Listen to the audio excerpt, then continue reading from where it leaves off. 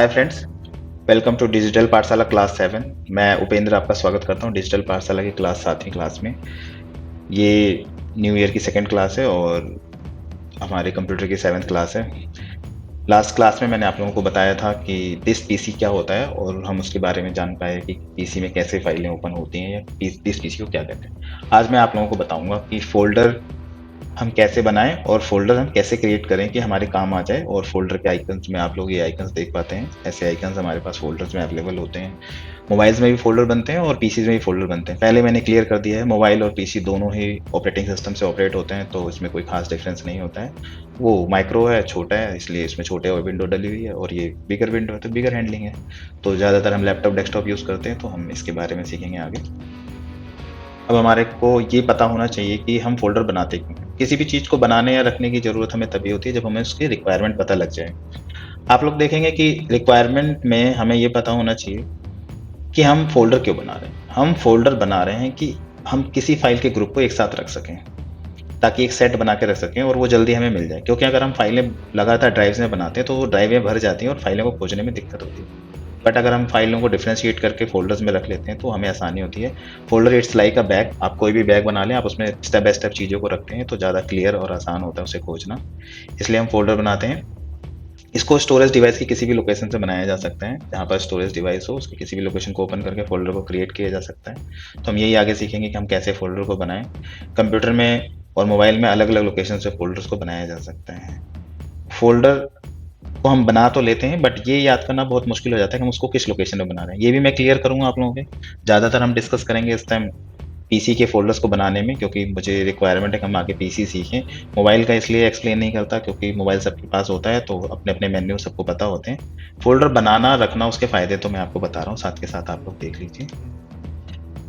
अब फ़ोल्डर बनाने से पहले कंप्यूटर में हमें ये पता होना चाहिए कि हम फ़ोल्डर जब बना रहे हैं वो किस लोकेशन में बना रहे हैं और उन लोकेशंस को हम कैसे खोलेंगे नेक्स्ट टाइम।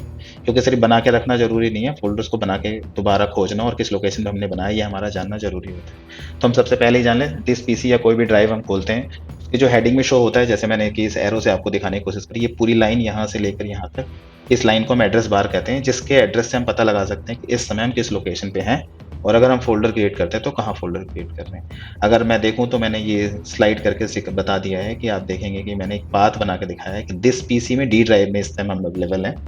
इस चीज़ को मैं लिख के भी दिखा दे रहा हूँ, this PC to local disk D drive. ये रीडिंग पाथ करने का तरीका होता है। आप कैसे स्टेप बाय स्टेप ओपन होके लोकेशन पे जाते हैं और फाइल को सेव करते हैं वो आपको पता होना चाहिए। इसी तरह अगर आप फोल्डर्स करते हैं तो डी ड्राइव के आगे उस फोल्डर का नेम, फिर उस फोल्डर के अंदर कोई फोल्डर तो उस फोल्डर का नेम आता चला जाएगा। यानी एक एक करके पाथ हमें पता हो तो हम किसी भी फ़ोल्डर को खोज सकते हैं और हमें याद भी रहता है कि हम उस फ़ोल्डर को कहाँ बना रहे हैं। जो इनिशियल कंप्यूटर यूज़र्स होते हैं उन्हें जल्दी से पाथ भूल जाता है, तो अगर वो ध्यान दें कि ऊपर हेडिंग में पाथ आता है और लेफ्ट साइड में आपके साइड में यहाँ पर जो नेविगेशन पेन आता है, यहाँ पर भी आप अपने पाथ को हाईलाइट करके देख सकते हैं। आगे आप देखेंगे उन पेन्स में मैं डिसाइड करके, उन पेन को मैं डोनेट करके दिखा रहा हूँ कैसे पेन में आप देख पा रहे हैं इस टाइम कहाँ पर है। तो ये याद करना बहुत ज़रूरी है कि हम फ़ोल्डर कहाँ बना रहे हैं, क्योंकि हमें उसे दोबारा यूज़ करना होता है, तो ये हमें पता होना चाहिए। अब हम देखेंगे कि नॉर्मली हम दिस पीसी में आते हैं। मैं चाहता हूं कि आप किसी भी चीज़ के इंडेक्स में आके आप उसकी लोकेशंस पे जाएं, तो इसलिए मैं चाहूंगा कि आप लोग दिस पीसी से सीखें कि कैसे हम दिस पीसी में आके, आप लेफ्ट साइड में देख सकते हैं पेन में हम दिस पीसी हाईलाइट है, हम दिस पीसी में हैं। दिस पीसी की डिफरेंट डिफरेंट लोकेशंस आपको इस समय राइट में व्हाइट एरिया में दिख रही है। इस व्हाइट एरिया में आप सारी लोकेशंस को ऐसे आइडेंटिफाई करके देख रहे हैं। यहाँ पर desktop, downloads, music, video, picture और उसके बाद लोकल डिस्क ड्राइव्स हैं। तो मैंने पहले ही क्लास में डिस्कस कर दिया था कि हमें ज़्यादातर सी ड्राइव को अलग करके ही फाइलें सेव करनी चाहिए, क्योंकि सी ड्राइव में विंडोज़ होती हैं, विंडो फाइलों को इंटरप्ट ना करें तो बढ़िया है। तो हम डी ड्राइव या ई ड्राइव की लोकेशन को यूज़ करेंगे। जैसे हम डी ड्राइव ई ड्राइव में आते हैं तो हम, हमारा टारगेट है इस टाइम फोल्डर को सीखना, तो हमारे हेडिंग में आप देखिए यहाँ पर न्यू फोल्डर आ रहा है। ये न्यू फोल्डर का एरिया से क्लिक करते ही एक न्यू फोल्डर का आइकन यहाँ पर बन जाएगा। लेकिन मैंने लास्ट क्लास में बताया भी था कि this PC index of computer होता है। आप देखिए यहाँ राइट क्लिक करने पर न्यू फोल्डर का ऑप्शन नहीं आ रहा, हेडिंग में कहीं न्यू फोल्डर का ऑप्शन नहीं आ रहा। दैट मीन्स कि दिस पीसी के अंदर तो फोल्डर क्रिएट हो ही नहीं सकता। रीजन कि this PC index of computer होता है, प्री डोनेटेड होता है, पहले से ही वो सारे इंडेक्स को दिखा रहा होता है, उससे हम उसकी लोकेशंस को ओपन करते हैं।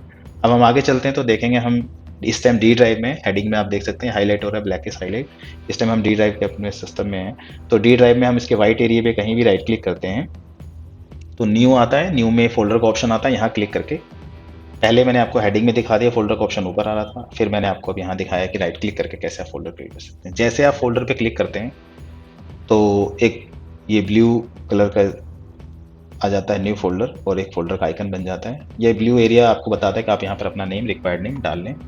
तो आगे चलते हैं, हम अपने रिक्वायर्ड नेम को डालते हैं। जैसे हम रिक्वायर्ड नेम में हेलो लिखते हैं, टाइप हो जाता है। जैसे हम एंटर प्रेस करेंगे, फोल्डर क्रिएट कंडीशन में चला जाएगा और शो करने लगेगा। आप देखेंगे इस टाइम फोल्डर बन चुका है, हेलो नाम का एक ऑलरेडी फोल्डर क्रिएट है, रेडी टू यूज है। इस तरह से हम फोल्डर बनाते हैं। फोल्डर्स की लोकेशन को आप लोग याद रखें, फोल्डर के लोकेशन को जितना बढ़िया आप लोग याद रखते हैं उतना बढ़िया आप फोल्डर यूज कर सकते हैं। थैंक्स फॉर वॉचिंग डिजिटल पाठशाला विद उपेंद्र। और मुझे बड़ी खुशी होती है कि मैं स्टेप बाय स्टेप क्लासेस डाल रहा हूँ और आप लोग उसके रिव्यूज देख रहे हैं और मेरा एप्रिसिएशन हो रहा है सब चीज़ों से। और डिजिटल पाठशाला की इस क्लास में फोल्डर इसलिए बताया क्योंकि मैं नेक्स्ट क्लास में अब आप लोगों को ले चलूँगा कंप्यूटर के इन साइड में। अभी तक मैंने कंप्यूटर के आउटसाइड चीज़ों की नॉलेज आप लोगों को दी, जिससे आप कंप्यूटर क्यों चलाते हैं, कंप्यूटर को स्टेप बाय स्टेप कैसे हैंडल कर सकते हैं, ये बातें मैंने आप लोगों को बताई हैं। अब कंप्यूटर के इन साइड में हम सबसे पहले सीखेंगे पेंट, वो आपकी नेक्स्ट क्लास होगी। जल्दी ही वो क्लास अपलोड करूँगा मैं।